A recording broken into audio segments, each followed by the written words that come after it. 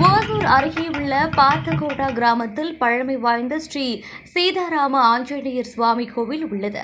இந்த கோவிலில் தேர் திருவிழா பிரம்மோற்சவம் கடந்த 5 நாட்களாக நடைபெற்று வருகிறது. இதனையொட்டி கோவிலில் உள்ள சீதாராம ஆஞ்சநேயர் சுவாமிகள் மற்றும் பல்வேறு தெய்வங்களுக்கு தினந்தோறும் சிறப்பு அலங்காரங்கள், சிறப்பு பூஜைகள் நடைபெற்று வந்தன. அதனைத் தொடர்ந்து முதல் நாள் பெருமாள் ஹம்ச வாகனத்தில், சரஸ்வதி அலங்காரத்தில், 2வது நாள் பெருமாள் கருட வாகனத்தில் கிராமத்தில் திருவிழா வந்தார். தொடர்ந்து இன்று திருவிழாவின் முக்கிய நிகழ்வான தேர் திருவிழா நடைபெற்றது. இதில் அலங்கரிக்கப்பட்ட திருத்தேரில் ஸ்ரீ சீதாராம ஆஞ்சநேய சுவாமிகள் அமர வைக்கப்பட்டு திருத்தேர் பார்த்தகோட்டா நகரில் முக்கிய வீதிகளின் வழியாக வீதி உலா வந்தது. அப்பொழுது பக்தர்கள் மற்றும் பொதுமக்கள் பெருமாளை தரிசனம் செய்து வந்தனர். முக்கிய வீதிகள் வழியாக சுற்றிய திருத்தேர் பின்னர் இறுதியில் கோவிலுக்கு கொண்டு சென்று நிலைநிறுத்தப்பட்டது.